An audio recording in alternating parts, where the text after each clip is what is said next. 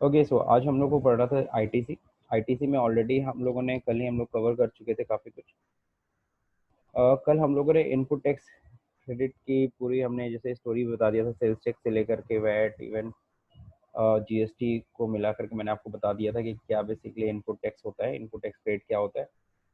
और वैसे भी कोई आपसे अगर पूछे what is input tax credit, तो आप सिंपली ये बोल सकते हो कि जब हम लोग क्या करते हैं अपनी टैक्स लायबिलिटी को इनपुट टैक्स से रिड्यूस करते हैं, this is called input tax credit. या फिर कई लोग कहते हैं कि अपनी टैक्स लायबिलिटी में इनपुट टैक्स की छूट लेना, यही क्या कहलाता है इनपुट टैक्स की क्रेडिट नॉर्मल लैंग्वेज में। फिर हम लोग ने कल पढ़ लिया था एलिजिबिलिटी एंड कंडीशंस कि क्या क्या बातें कंप्लीट करनी होंगी तब आपको ये आईटीसी मिलेगी। तो इसके लिए हम लोग ने पढ़ लिया था कि आपके पास टैक्स इनवॉइस या डेबिट नोट होना चाहिए, receipt of goods and service, जो भी आप गुड्स एंड सर्विसेज आपने खरीदा आपको उसको रिसीव्ड हो गया हो या सर्विस आपने अवेल कर ली हो। Next, actual paid the tax, जिससे भी आपने सामान खरीदा उसको आपने पैसा दे दिया और उसने भी गवर्नमेंट को टैक्स जमा कर दिया और तभी आपको आईटीसी मिलती है। Should have furnish the returns, आपको पता है रिटर्न फाइल करना पड़ेगा, बिना रिटर्न फाइल किए आपको ये आईटीसी नहीं मिलेगी।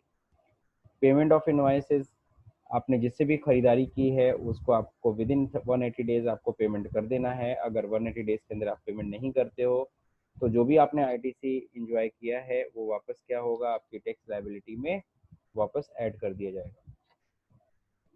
ठीक। देन नेक्स्ट हम लोगों ने आईटीसी में आगे क्या पढ़ा था, देन नेक्स्ट हम लोगों ने पढ़ा था where the goods against an invoice. हाँ, अगर हम लोग कोई भी गुड्स लॉट्स में मंगा रहे हैं, इंस्टॉलमेंट्स में मंगा रहे हैं, तो ध्यान रखिएगा जब तक लास्ट इंस्टॉलमेंट नहीं आ जाता, जब तक लास्ट इंस्टॉलमेंट नहीं आ जाता तब तक हम क्या नहीं कह सकते, तब तक हम लोग आईटीसी क्लेम नहीं कर सकते। Then ITC not available on good depreciation. Morning sir. Good morning. अगर आप डेप्रिसिएशन क्लेम कर रहे हो तो आप टैक्स कंपोनेंट के ऊपर डेप्रिसिएशन क्लेम नहीं करोगे। तो ये चीज़ हम लोगों ने कवर किया था। ठीक है, तो कल मैंने ये बताया था अगर आप डेप्रिसिएशन क्लेम कर रहे हो तो डेप्रिसिएशन क्लेम करते समय इस बात का ख्याल रखना है, ठीक है, कि हम लोग डेप्रिसिएशन किस पे ना क्लेम करें।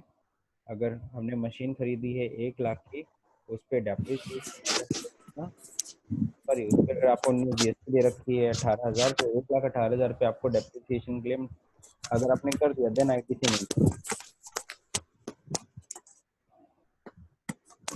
ठीक है, तो इस चीज़ का ख्याल रखिएगा आप लोग।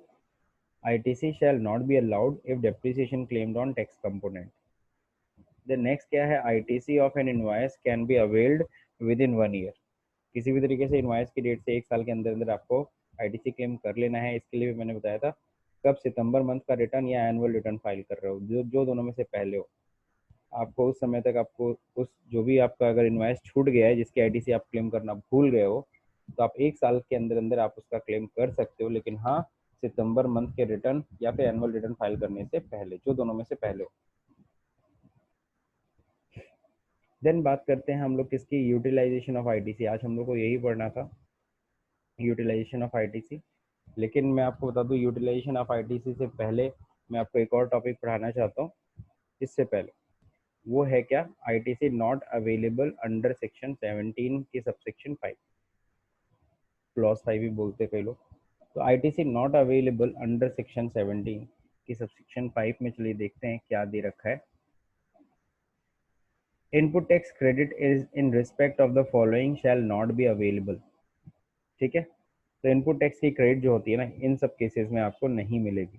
तो गलती से भी आईटीसी आप क्लेम मत कर दीजिएगा इन सब चीज़ों के ऊपर। Tax paid on purchase of motor vehicle and other conveyance except when they used for further supply of such vehicle and conveyance, transportation of passenger, imparting training and driving, flying, navigating such vehicle or conveyances, transportation of goods। ठीक है, 1 minute.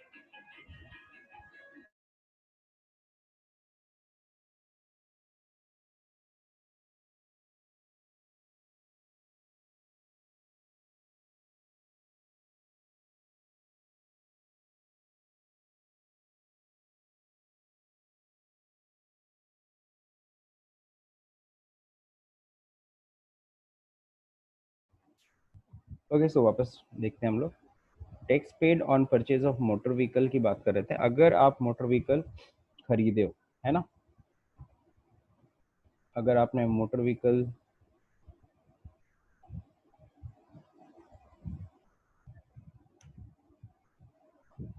Okay, अगर suppose करिए अगर आपने motor vehicle कोई खरीदा है और उस मोटर व्हीकल को किस लिए खरीदे हो, उस फिर से बेचने के लिए, दैट मीन्स आप मोटर व्हीकल का बिजनेस कर रहे हो, तब तो आप आईटीसी क्लेम कर सकते हो।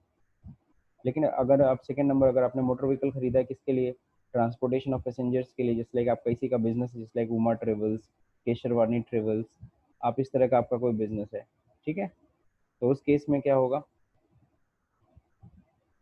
उस केस में भी आप आईटीसी क्लेम कर सकते हो।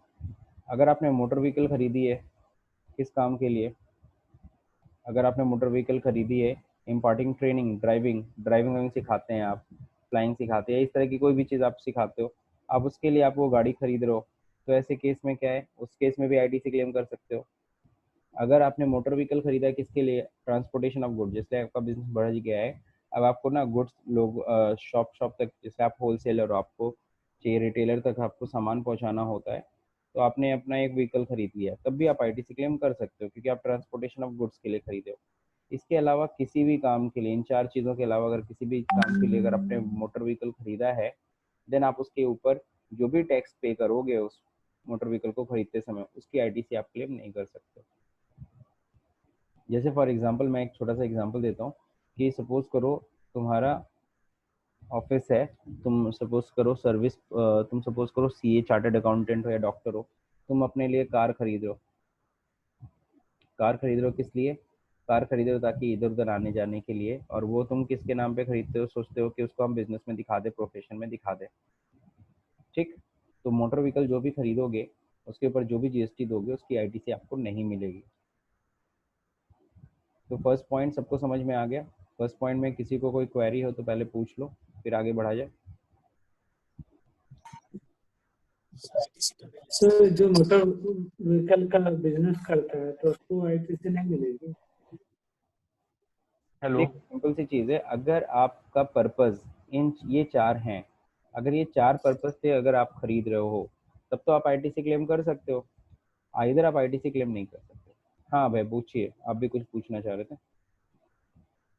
ये सर मतलब इसका ये है कि अगर हम बिजनेस के पर्पज से अगर हम मोटर व्हीकल खरीद रहे हैं हाँ, तो हम इसको नहीं वो कर सकते हैं। तो आप आराम से आईटीसी क्लेम कर सकते हो। मतलब अगर हम लोग बिजनेस के पर्पज से खरीद रहे हैं तो उसमें हम लोग आईटीसी क्लेम कर सकते हैं, अगर पर्सनल पर्पज से खरीद रहे हैं तो उसको हम लोग नहीं क्लेम कर हाँ सकते हाँ, हैं। बिल्कुल बिल्कुल, कई लोग होते हैं ना कि मोटर व्हीकल खरीदते हैं और बिजनेस के नाम पे दिखाते हैं। जो फॉर एग्जांपल तुम्हारा सपोज करो होलसेल का बिजनेस है, किस चीज़ का, मान लो ग्रोसरी आइटम का है ना, तुम्हारा होलसेल का बिजनेस है, अब तुम क्या खरीद रहे हो, तुम खरीद रहे हो सपोज करो मारुति स्विफ्ट डिजायर खरीद रहे हो, और उसको कंपनी के नाम पे दिखा रहे हो, अरे भैया स्विफ्ट डिजायर का आपके बिजनेस से क्या लेते हैं, बात समझे कि नहीं समझे। Yes sir. उसके ऊपर जो भी आप यस टैक्स सर। दोगे, आप सोच रहे हो कि चलो घर हमको तो यूज करना है, हम बिजनेस के नाम पे दिखा देंगे और उसका आईटीसी भी क्लेम कर देंगे, तो भैया ऐसे नहीं होता, ठीक। लेकिन वही अगर आपका ट्रांसपोर्टेशन का बिजनेस होता है, ट्रांसपोर्टेशन ऑफ पैसेंजर, देन आप स्विफ्ट डिजायर खरीदते तो आप दिखा सकते थे। कैसे, क्योंकि भाई जाहिर सी बात है स्विफ्ट डिजायर भी लोग भाड़े पे देते हैं कि नहीं देते हैं, यस सर। ठीक है, तो ये सारी मतलब चीज। सर हमको आईटीसी मतलब उन्हीं एसेट्स या उन्हीं चीजों को मिल सकती है जो बिजनेस के लिए बिजनेस के पर्पज से खरीदी जाए। बिल्कुल, अगर हम तो पर्सनल पर्पज के लिए कुछ खरीद रहे हैं तो हमको नहीं मिलेगा, फिर वो कितना ही महंगा हो। जी हाँ जी, ठीक है। तो सर तो क्या अपना इसमें कुछ लिमिट भी है? नहीं, कोई लिमिट नहीं, अब तुम ट्रक खरीदते हो, ट्रक पता है जैसे मान 40 लीजिए 50 एसेट, लाख जितने का नहीं भी नहीं हो। सर, जैसे मान लीजिए एसेट जैसे मैक्सिमम की तो कोई नहीं है, हाँ, लेकिन मिनिमम की तो होगी कि कम से कम इतने का ये हम खरीदे, इतना इतने का हम खरीदेंगे तब हम उससे आईटीसी क्लेम कर सकते हैं। ऐसा कुछ नहीं, ऐसा कुछ नहीं, कई लोग सेकंड हैंड भी तो खरीदते हैं, सेकंड हैंड मोटर व्हीकल भी तो खरीदते हैं, then they can claim the ITC, ठीक है। नेक्स्ट देखिए मतलब आगे। हाँ मतलब बोलो सर बोलो। 30,000 40,000 का भी कुछ खरीदते हैं तो उससे भी हम लोग आईटीसी क्लेम कर सकते हैं। बिल्कुल, क्यों नहीं क्लेम करोगे, मान लो तुम सपोज करो तुम क्या हो, तुम डोमिनोज हो, तुमने एक क्या बोलते बाइक खरीदा या स्कूटी लिया, है ना, 60,000 की, तो बिल्कुल उस पर भी आईटीसी क्लेम करो, क्योंकि वो किस लिए खरीद रहे हो, डिलीवरी पर्पज से, होम डिलीवरी तुमको करानी है इस वजह से, ठीक है। Yes sir. चलिए अब अगला टॉपिक, मेरे ख्याल से फर्स्ट पॉइंट सबका क्लियर हो गया, तो हम लोग अब सेकंड पॉइंट पे आते हैं, और किस चीज़ की आईटीसी क्लेम नहीं करेंगे। Tax paid on food and beverages, शायद ये मैंने पहले भी आपसे डिस्कस कर लिया है। तो जो भी हम फूड एंड बेवरेजेस हम खरीदते हैं उसके ऊपर जो भी हम जीएसटी देंगे उसकी भी आईटीसी हम क्लेम नहीं कर सकते हैं, ठीक है। तो tax paid on food and beverages, outdoor catering, beauty treatment, health services, cosmetic and plastic surgery except when they use for, अच्छा इन सब चीज़ों के लिए यूज़ करोगे तब तो उसकी आईटीसी मिल जाएगी। जैसे किस चीज़ के लिए यूज़ करेंगे तो आईटीसी मिलेगी, making an outward taxable supply, तुमने ये सप्लाई ली है किसी को सप्लाई देने के लिए, देन आप आईटीसी क्लेम कर सकते हो of the same category of goods and services or both as an element of taxable composite or mix supply. तो जरा इसको समझाता हूँ मैं, आप थोड़ा एक एग्जांपल से समझना। जैसे कि फॉर एग्जांपल मैं क्या हूँ, मैं कैटरर हूँ, ठीक है। मैं कैटरर हूँ, मैं दिल्ली का कैटरर हूँ, और किसी ने लखनऊ में मुझे बुलाया पार्टी वार्टी में कैटरिंग करने के लिए, तो ठीक है मैं चला गया, मैं जाऊँगा तो जाहिर सी बात है मैं सब कुछ ले जाऊँगा, मैं आइसक्रीम यहाँ से तो उठा के ले नहीं जाऊँगा, बात समझे कि नहीं समझे।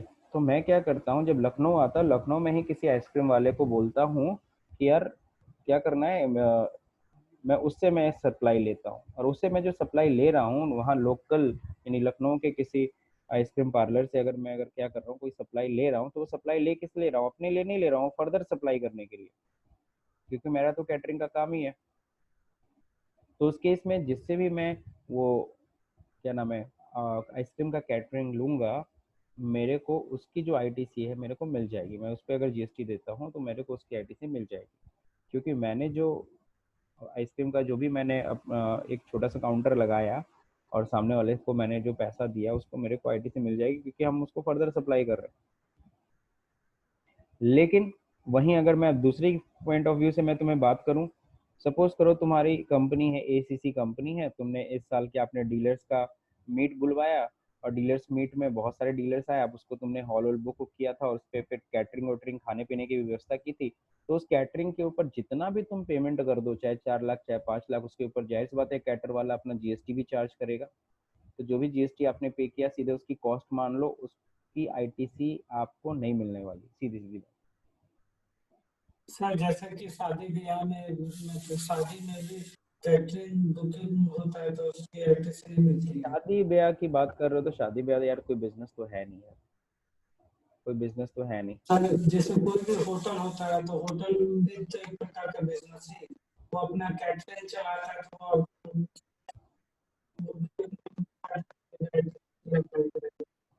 जी हाँ जी हाँ, अगर आप जाहिर सी बात है अगर हम बात करते हैं किसकी जो कैटरर्स वाला, वो तो मैंने आपको बता ही दिया, कोई कैटरर है वो किसी और कैटरर से कोई सर्विस ले रहा है ताकि उसको फर्दर सप्लाई करने के लिए, तब तो वहाँ पे आईटीसी क्लेम कर लेगा, वो क्लेम कर सकता है, लेकिन हम लोग क्लेम नहीं कर सकते। जो ये ऑर्गेनाइज करा रहा है, जो कैटरर बुक कर रहा है, जो ये सब चीज़ें करवा रहा है, वो नहीं। और कई बार होता है कि कई बार क्या होता है कि छोटे कैटरर को बड़ा काम मिल जाता है, तो वो क्या करता है और भी कई कैटरर को अपनी टीम में शामिल करता है, उनसे सप्लाई लेता है और उन सप्लाई देता है, तो बिल्कुल उसको मिलेगा। दैट मीन्स सीधा सीधा बात है, अगर आपने फर्दर सप्लाई, ये जो वर्ड है ना यहाँ पे कहाँ पे लिखा, फर्दर सप्लाई नहीं लिखा है, अच्छा, making an outward taxable supply of same category, then आप आईटीसी क्लेम कर सकते हो, जो तुम ले रहे हो सर्विस और ऑफिस से किसी को देने के लिए। जैसे एक छोटा सा example, Chaudhary sweet house, Chaudhary sweet house समझते हो सब लोग, जानते ही हो, हाँ यस सर। अच्छे से जानते हो। तो अगर हम बात करें चौधरी स्वीट्स की, तो वो किस चीज़ की आईटीसी क्लेम करेगा, जरा ध्यान से समझना। वो अगर कोई भी गुड्स अगर खरीदता है, ठीक है, अगर हम बात करें, अगर वो जस्ट लाइक अमूल का क्या खरीदता है, अमूल के कुछ प्रोडक्ट्स खरीदता है चौधरी, तो उसके ऊपर वो आईटीसी क्लेम करेगा, क्यों, क्योंकि जाहिर सी बात है वो फर्दर सप्लाई कर रहा है, वो अपने खाने के लिए नहीं खरीद रहा, वो फर्दर सप्लाई के लिए खरीद रहा है। बात समझे कि नहीं समझे। लेकिन क्योंकि वो जितनी भी चीज़ें खरीदता है अपनी दुकान में, बहुत सारी चीज़ें खरीदता होगा, ब्रेड खरीदता होगा, बहुत सारी चीज़ें, तो उसने जीएसटी दी है तो उसकी आईटीसी वो क्लेम करेगा। बात समझे। Yes sir. तो रेस्टोरेंट वाले जितने भी गुड्स खरीदते हैं उसकी आईटीसी वो क्लेम कर सकते हैं। बशर्ते वो रेगुलर डीलर हो, कंपोजिट ना हो। तो मेरे ख्याल से ये भी सबको समझ में आ गया। और गलती से फूड बेवरेजेस का तुम लोग आईटीसी क्लेम मत करना। बाकी आप लोग एक बार शायद जीएसटी का प्रोजेक्ट किए भी होगे, और जीएसटी के प्रोजेक्ट में कोई वो खाने पीने का बिल था, और अगर खाने पीने का बिल तुम देखते हो जहाँ पे मान लो खाने पीने का सपोज करो 2000 रुपया हुआ, उस पर जीएसटी भी जोड़ा है उसने उन्होंने, ठीक है ना। मान लो उस पर कितना है 100 रुपया, उसमें जीएसटी भी है 2100 रुपये, 2100 रुपये। आप बैठ के जीएसटी कैलकुलेट मत करने लगिएगा, आप सीधे सीधे 2100 रुपये सीधे खर्चे में दिखा दीजिएगा, एक्सपेंसेस। ठीक, इन सब चीज़ों का ख्याल रखना है आपको। Even though beauty treatment, even though health services, suppose करो मेरी कंपनी है और तुम लोग मेरे एम्प्लॉय हो, मैं कहता हूँ आप लोगों से देखो भाई आप लोग को अपने हेल्थ का भी ख्याल रखना है, तो यहाँ पे गोल्ड जिम है गोरखपुर में, आप लोग को मैं मेंबरशिप दिला देता हूँ और फीस उस आपको नहीं देनी है, वो कंपनी पे करेगी। आप बस जाया करो, वर्कआउट वर्कआउट किया करो, अपना सेहत का भी ख्याल रखो, ठीक है। और हेल्थ सर्विसेज जो भी गोल्ड जिम वाला है वो मेरे को बिल बना के देगा कंपनी को, कंपनी उसका पेमेंट कर रही है। तो कंपनी जो भी है जिम वाले को पेमेंट करेगी। अब जिम वाला क्या करता है, उसमें अपनी फीस लिखता है 10,000 रुपया, फिर उसमें लिखता है जीएसटी भी हुआ 1800 रुपया, तो कंपनी 11,800 रुपये देगी, लेकिन 1800 की आईटीसी क्लेम नहीं कर सकती। यानी कंपनी जो भी पेमेंट करेगी 11,800 रुपये वो पूरा कॉस्ट में दिखाएगी, खर्चे में सीधे चढ़ा देगी। ये भी बात सबको क्लियर हुई कि नहीं? सर अब सिंपल से आईटीसी हम लोग उसी चीज का क्लेम कर सकते हैं जो चीज हम लोग फर्दर सप्लाई के लिए यूज करते हैं। गुड गुड, ठीक है। तो समझ में आ गया सब लोग को? नहीं तो जैसे कई लोग कहते हैं ना, अरे सर बिजनेस में ही तो यूज हो रहा है। अब मान लीजिए दीपावली आई है, आप अपने एम्प्लॉय को हम मिठाई देंगे कि नहीं देंगे? हम चौधरी से मंगवाएं 100 डब्बा, 1-1 किलो काजू कतली, सर हो गया अच्छा खासा अमाउंट। अब सर उसके ऊपर मैंने जीएसटी भी दिया, आईटीसी क्लेम करूँ कि ना करूँ? तो आप क्या बताओगे? बताओ हमें देश, क्या बोलोगे उससे? नहीं कर सकते। बिल्कुल सही है, नहीं कर सकते, ठीक है ना। बिजनेस, कई लोग कहते हैं ना बिजनेस यूज है, तो बिजनेस हो या अपने एम्प्लॉय के ऊपर खर्च करे, कुछ नहीं, आईटीसी नहीं मिलेगी, सीधी सीधी बात। गलती से सर जैसे चौधरी से खास आपने एम्प्लॉय का ये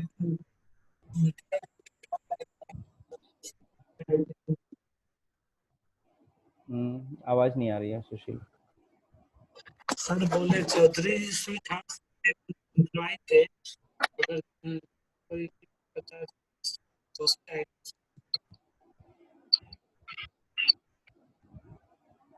नहीं, सीधे सीधा ना, मैंने जहाँ तक कि चौधरी स्वीट्स की बात की, मैंने उसका बताया मैंने आपको कि वो जो भी वो सप्लाई कर ही रहा है, और वो सप्लाई करने के लिए कुछ भी खरीद रहा है। जैसे मैंने एक छोटा सा एग्जांपल लिया था, अमूल का मान लो मक्खन खरीदता है, अमूल का मान लो और भी कुछ प्रोडक्ट है, मिल्क खरीदता है, क्रीम खरीदता है, जो भी चीज़ खरीदता है ना, तो उसके ऊपर जो जीएसटी वो उसने दिया, वो आईटीसी वो क्लेम कर लेगा, रेस्टोरेंट वाला।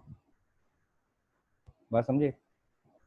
यस अपने एम्प्लॉय को दे रहा है, मिठाई दे रहा है, तो वो फिर फर्दर सप्लाई कहाँ हुआ? ठीक है, आप सप्लाई में दिखा दे, वो बात की बात है। अब बात करते हैं हम लोग किसकी, तो ये दो इंपॉर्टेंट पॉइंट है। आप लोग को मोटर व्हीकल वाली तो पॉइंट समझ में आ गया, और ये फूड एंड बेवरेजेस आपको ज्यादातर आपको अपने क्वेश्चंस में देखने को मिलेगा, तो इस पे ध्यान दीजिएगा। टैक्स सर पेड, ऐसा भी होता है सर कि एम्प्लॉयर एम्प्लॉय को कुछ डिस्काउंट दे के अपना ही सामान बेचती है, तो वो तो उसमें तो करती है, आईटीसी ले सकते हैं। डिस्काउंट दो, कोई टेंशन है, डिस्काउंट के लिए कोई इशू नहीं। आपने वैल्यू ऑफ सप्लाई पढ़ा था, तो उसमें मैंने बोला था डिस्काउंट आप माइनस करो, कोई टेंशन नहीं है। आप ये नॉर्मल, सर तो एम्प्लॉय को अपने ही एम्प्लॉय को कम दाम पर सेम हाँ सामान देना है तो उस बिल्कुल, पर तो आईटीसी मिल जाएगी। क्यों नहीं मिलेगी? क्यों यस नहीं मिलेगी? आईटीसी मिलेगी, बिल्कुल मिलेगी, ठीक है। अब देखिए यहाँ पे टैक्स पेड, लेकिन हाँ आप जाहिर सी बात है मिठाई वाले होने चाहिए। अब देखिए आगे देखा है कि tax paid on membership of a club, health and fitness centre, अगर आपका इन सब का काम है, ठीक है, तो ये तो ऑलरेडी मैंने बता दिया। टैक्स पेड ऑन इसी इसी पॉइंट के अंदर ही लगभग, कि tax paid on membership of club, health and fitness centre, तो मैंने पहले ही बता दिया है। उस पर भी आप आईटीसी जो भी बिल बनेगा उस पर आईटीसी क्लेम नहीं कर सकते। Tax paid on availing services of a rent a cab, life insurance and health insurance services, इस पे ध्यान देना होगा आपको।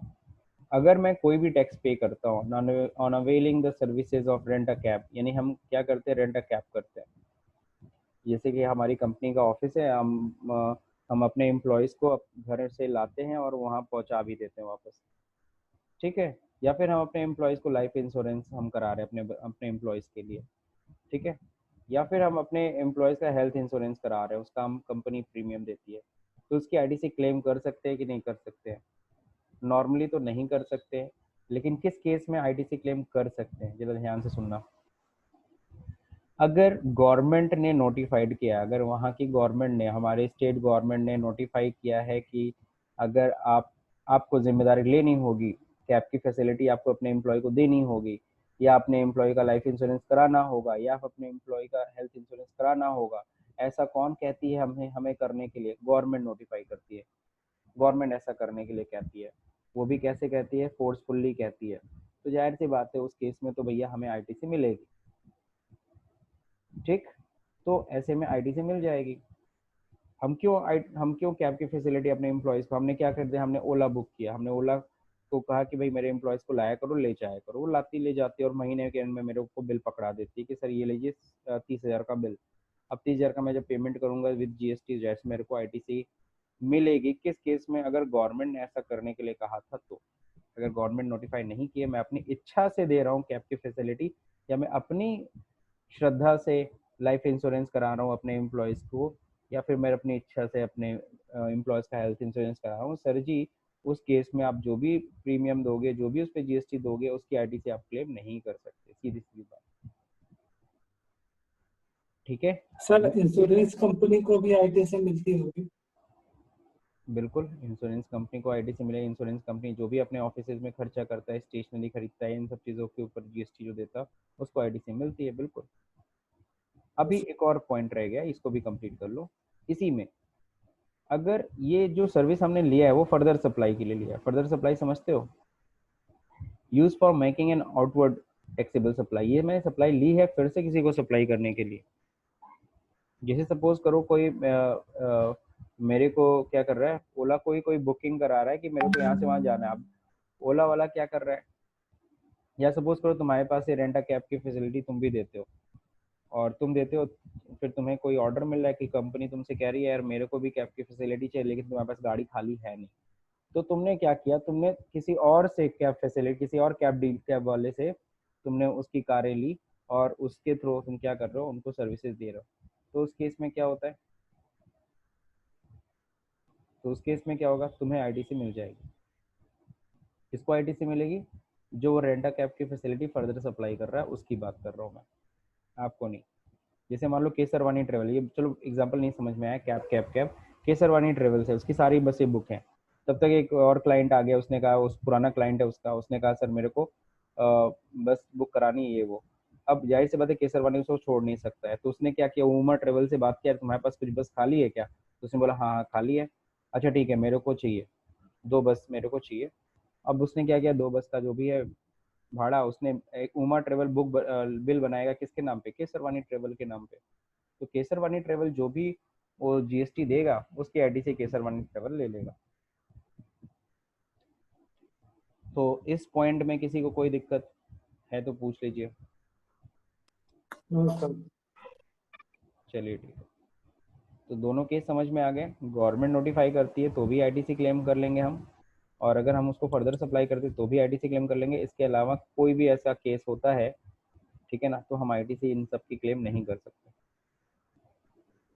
और जैसे दिल्ली गवर्नमेंट की बात करो, दिल्ली गवर्नमेंट में एकदम साफ साफ दे रखा है कि अगर नाइट शिफ्ट करा रहे हो अपने एम्प्लॉय से, कोई भी कॉल सेंटर वाले ज़्यादातर होते हैं ना, नाइट शिफ्ट भी होती है उसमें, तो जितने भी नाइट शिफ्ट वाले काम हो रहे हैं उस पर उनको दिल्ली गवर्नमेंट के सख्त निर्देश हैं कि घर पहुंचाने लाने की जिम्मेदारी किसकी होती है? कंपनीज की होनी चाहिए।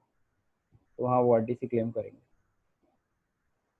Then tax paid on providing travel benefits extended to the employee on vacation such as leave and home travel concessions। ये बहुत ही इंटरेस्टिंग है। आई थिंक आप लोगों ने इनकम टैक्स पढ़ा था, सैलरी हेड। तो सैलरी हेड में क्या होता है, कई बार एम्प्लॉयज़ को लीव ट्रेवल कंसेशंस भी दिए जाते हैं कि जाओ भाई इतने समय तक काम कर रहे हो, जाओ थोड़ा अपने फैमिली के साथ भी थोड़ा इंजॉय कर लो, तुम्हें हम छुट्टियां दे रहे हैं प्लस कुछ पैसे भी दे रहे हैं, ठीक। तो अगर मैंने अपने एम्प्लॉय के ट्रेवल बेनिफिट्स के लिए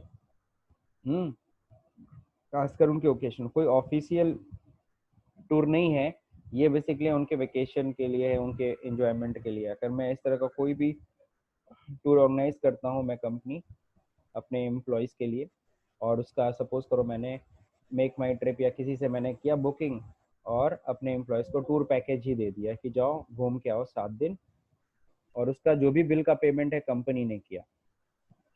सपोज करो बिल कितने का है, 25,000 का है, और 25,000 का के ऊपर जीएसटी चार्ज हुआ, वो कंपनी ने दे दिया। तो सर जी उस जीएसटी की आईटीसी क्लेम कंपनी करेगी कि नहीं करेगी, जल्दी बताओ। सर नहीं करेगी। बिल्कुल सही, आईटीसी क्लेम नहीं करेगी। लेकिन वही बिजनेस टूर होता तो आईटीसी क्लेम होता कि नहीं होता? सर होता, तब होता सर। बिल्कुल सही। तो ये सब चीज़ों का बड़ा ख्याल रखना पड़ेगा आप लोग को। ये सारी चीज़ें जब हम लोग कहते नहीं है बिल में सिर्फ आईटीसी लगा, सिर्फ टैक्स लगा ही देना नहीं ज़रूरी है, और हर चीज़ की आईटीसी हम क्लेम नहीं हेलो करते, इसीलिए इन सब चीज़ों का ख्याल रखना होगा आपको। हाँ बोलो बोलो अभय। सर, मान लीजिए हम अपने एम्प्लॉय को टूर पे भेज रहे हैं या हॉलीडे पे भेज रहे हैं, बिल्कुल तो सर हम वहाँ आईटीसी क्यों नहीं क्लेम कर, हम लोग वहाँ आईटीसी क्यों नहीं क्लेम कर सकते हैं? क्योंकि अगर इनडायरेक्टली हम लोग देखें, अगर एम्प्लॉय फ्रेश होके आएगा, थोड़ा सा वो उसका मूड डाइवर्ट होगा, तो फिर वो हमारी कंपनी के लिए अच्छा काम करेगा, अभय हमारी कंपनी ग्रोथ करेगी। याद है इससे पहले, अब देखो ऐसा नहीं है कि इसमें तुम्हारा कंपनी का कोई नुकसान है, कोई नुकसान थोड़ी ना है। अभी ऊपर फूड बेवरेजेस में आईटीसी नहीं मिलेगी तो कोई नुकसान थोड़ी ना है। नहीं सर, नुकसान नहीं, जैसे मान लीजिए हम अपने एम्प्लॉय को कहीं बाहर भेज रहे हैं, तो वो मेरे एक्सपेंसेस है ना। बिल्कुल एक्सपेंसेस है, इसीलिए पीएल में शो कर देना ना खर्चे में। तो तुम पीएल में खर्चा कितना दिखाओगे, 25,000 प्लस उस पर जीएसटी भी खर्चे में दिखा देना, तुम्हारा फाइनली प्रॉफिट में से तो कम हो रही है ना। अच्छा। या फिर डेप्रिसिएशन के लिए क्या बोला था, अगर एसेट की कॉस्ट में अगर तुमने क्या किया जीएसटी जोड़ करके अगर डेप्रिसिएशन काट रहे हो, यानी कि तुम खर्चे में उसको भी दिखा रहे हो, तब तो हम आईटीसी आपको नहीं देंगे। यस या सर। तो खर्चे में दिखा दो या तो आईटीसी ले लो। और यहाँ पे साफ साफ सर गवर्नमेंट बिजनेस फूड के एंड काम से बेवरेजेस, किसी एम्प्लॉय, एक मिनट, फूड हेलो एंड एक मिनट बस एक minute, food and beverages outdoor catering सब खर्चे में दिखा दो ना का, इसकी आईटीसी वाईटीसी मत क्लेम करो, गवर्नमेंट ने सीधा सीधा। यानी ऐसा नहीं कि गवर्नमेंट तुमको माइनस नहीं कर रही, करने के लिए तो दे ही रही, तुम्हें प्रॉफिट को कम करने के लिए दे ही रही है। अब यहाँ पे भी देखो कह दिया ट्रेवल बेनिफिट ठीक है, ऑफिशियल टूर है तब तो उसका हिसाब रखो, उसकी आईटीसी हम क्लेम हम आईटीसी के तौर पे आपको उसका माइनस कर देंगे। लेकिन कहती है कि अगर एम्प्लॉयज के वेकेशन के तो सीधे खर्चे में दिखाओ ना, वैसे प्रॉफिट में से लेस कर लो, दोनों में से कहीं एक जगह पे। हाँ बाकी आप सुशील पूछिए अपना क्वेश्चन। सर वही क्वेश्चन था कि जैसे कि अभी बिजनेस टूर के लिए कोई एम्प्लॉय को अगर किसी होटल में रहना पड़ता है और वहाँ पे खाना खाता है तो आईटीसी क्लेम करना होगा उसका। हाँ तो उसका आप हिसाब रखो, उसका आईटीसी क्लेम करो, उसको हम टैक्स में से माइनस करेंगे। और अगर वेकेशन पे है तो आप टैक्स में से नहीं माइनस करना, आप क्या करो कि अपने बिजनेस के 70, लिए शो हाँ आप करेंगे। अपने खर्चे में शो कर दो, अपने पीएल में खर्चे में शो कर दो, प्रॉफिट में से कम हो जाएगा। घूम फिर के आपका नुकसान कहीं नहीं हो रहा है, बस एक चीज, बिजनेसमैन का नुकसान नहीं है, बस हाँ आईटीसी नहीं है। ठीक, आगे बढ़ते हैं। Yes sir. तो मेरे ख्याल से ये वाला पॉइंट भी सबको समझ में आ गया होगा। आगे बढ़ते हैं। किसी के भी दिमाग में कोई भी नया या कोई भी खुरपेच या कोई भी नया क्वेश्चन आता है तो कृपया करके पूछ लिया कीजिए। आगे देखिए, tax paid on work contract services for construction, ध्यान रखना work contract services for construction, construction का मतलब सबको समझ में आता होगा, including reconstruction, renovation, addition, alteration, repair to the extent of capitalisation.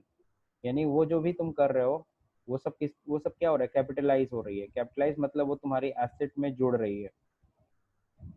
तो कोई भी वर्क कॉन्ट्रैक्ट जो हम किससे रिलेटेशन दिए हैं, कंस्ट्रक्शन से रिलेटेड दे रखे हैं, of an immovable property other than plant and machinery, बस प्लांट मशीनरी से रिलेटेड नहीं होना चाहिए क्योंकि वहाँ पे तो आईटीसी मिलेगी है। मान लीजिए मैं किसी को ठेका देता हूँ कि मशीन मेरा इंस्टॉल कर दो, उस पर जो मैं उसको, वो मेरे को बिल बना के देता है, सर मशीन इंस्टॉलेशन का इतना चार्जेस हुआ, उस पर इतना जीएसटी हुआ, तो मेरे को उसकी आईटीसी मिल जाएगी। लेकिन हाँ मैंने किसी को ठेका दिया किसके लिए, हाँ ऊपर ऑफिस बिल्डिंग तैयार करने के लिए या फिर सपोज फर्स्ट फ्लोर तैयार करने के लिए या पूरा रेनोवेट कराने के लिए, और वो बिल बना के मुझे देता है प्लस जीएसटी उसमें जोड़ता है, तो सर जी वो मेरा कैपिटलाइज होगा। वो आपकी बिल्डिंग के कॉस्ट में ऐड कर लो सारा का सारा, उसकी आईटीसी आप क्लेम नहीं करो, सीधा सीधा। ठीक है, अब कैपिटलाइज करो, डेप्रिसिएशन के रूप में दिखाओ धीरे धीरे आप, लेकिन क्या नहीं कर सकते आप उसको, उसकी आईटीसी क्लेम नहीं कर सकते। एक्सेप्ट, बस इसमें एक्सेप्ट दे रखा है, किस केस में आप कर सकते हो ITC claim, where it is an input service for further supply. जैसे तुम को बहुत बड़ा काम मिल गया है, तुमको पोस्ट ऑफिस की चार बिल्डिंग्स तैयार करनी है, और तुम्हारे पास काम बहुत ज़्यादा है, तो तुम क्या करते हो, तुमको लग रहा है मैं 2 ही बिल्डिंग तैयार कर पाऊंगा, 3 बिल्डिंग के लिए तुमने किसी और वर्क कॉन्ट्रैक्टर को हायर किया कि यार तुम लोग बना दो। ठीक है, तो उनकी मैं सर्विस ले रहा हूँ फर्दर सप्लाई करने के लिए, तो वो जब मेरे को बिल बना के देंगे तो मैं तो आईटीसी क्लेम कर सकता हूँ, क्योंकि मैं खुद एक कॉन्ट्रैक्टर हूँ। ये पॉइंट सबको समझ में आ गया? Yes sir. ठीक। Tax paid on goods and services for constructions including reconstruction renovation, ठीक है, of an immovable property on his own account. यानी तुम इस बार ना किसी और को नहीं कर रहे हो, किसी और के लिए नहीं कर रहे हो, कहने का मतलब है खुद का ऑफिस बिल्डिंग तैयार करा रहे हो, खुद का फ्लोर तैयार कर रहे हो, तो भी आईटीसी, एक सॉरी मैंने गलत बोल दिया। अब जो ध्यान रखिएगा, tax paid on goods and services for construction, जो भी हो, चाहे रिकंस्ट्रक्शन करा रहे हो, रेनोवेशन करा रहे हो, of an immovable property on his own account, even if such goods or services are used in the course or furtherance of business। कहने का मतलब है तुम चाहे खुद कॉन्ट्रैक्टर हो, खुद ही चाहे तो अपना कंस्ट्रक्शन कुछ करवा रहे हो, तो भी तुम उसकी आईटीसी क्लेम नहीं कर सकते। यानी कि जैसे एक छोटा सा एग्जांपल मैं तुमको ऐसे समझा दूं कि आपकी कंपनी है, आपको आपके पास ऑलरेडी आपकी बिल्डिंग में 2 फ्लोर है, आपको 3rd फ्लोर तैयार कराना है, चाहे वो तुम 3rd फ्लोर खुद तैयार कर लो, खुद तैयार कराओ, चाहे वो 3rd फ्लोर किसी कॉन्ट्रैक्टर को हायर करके उससे बनवाओ, वो जब बिल बना के देगा तब भी जीएसटी नहीं, तुम उसकी आईटीसी क्लेम कर सकते हो। खुद बनवा रहे हो, खुद छड़ खरीद रहे हो, खुद सीमेंट खरीद रहे हो, उस पर जीएसटी दे रहे हो, आपको पता है सीमेंट छड़ इन सब चीज़ों पे जीएसटी लगती है, आप जीएसटी जो भी दोगे उसकी आईटीसी क्लेम नहीं कर सकते। क्यों? क्योंकि सबको पता है ये सब चीज़ें क्या हो जाएगी, कैपिटलाइज होगी। कैपिटलाइज मतलब आपकी एसेट की कॉस्ट में ऐड होगी, और आप बिल्डिंग पे धीरे धीरे डेप्रिसिएशन काटोगे, यानी सीमेंट छड़ जो बालू जो भी आपने खरीदा उस पर जितनी भी जीएसटी दी है उसकी आईटीसी आप क्लेम नहीं कर सकते। सीधी सीधी बात, चाहे खुद बनवाओ चाहे किसी को ठेका दो, दोनों ही केस में आप आईटीसी क्लेम नहीं कर सकते।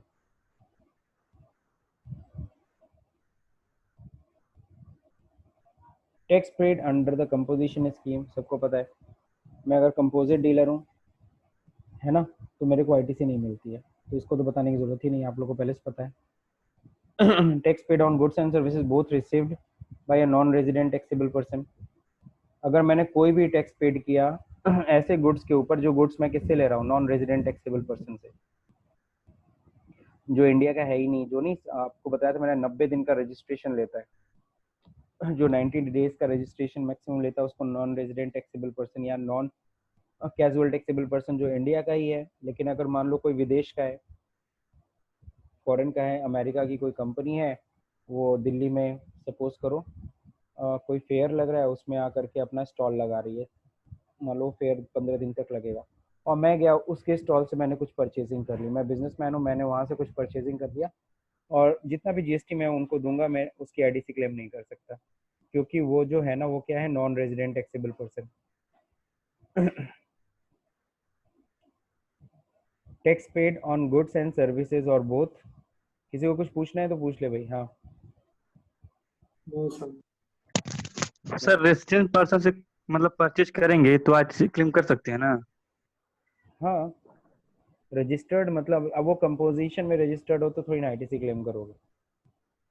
मैंने जी कोई सर। कंपोजिट डीलर से मैंने कोई परचेजिंग कर ली, आपको पता है उसका वो तो बिल बनाएगा, आईटीसी नहीं क्लेम। देन अगर मैंने नॉन रेजिडेंट टैक्सेबल पर्सन से कुछ परचेजिंग किया तो भी मैं आईटीसी क्लेम नहीं कर सकता।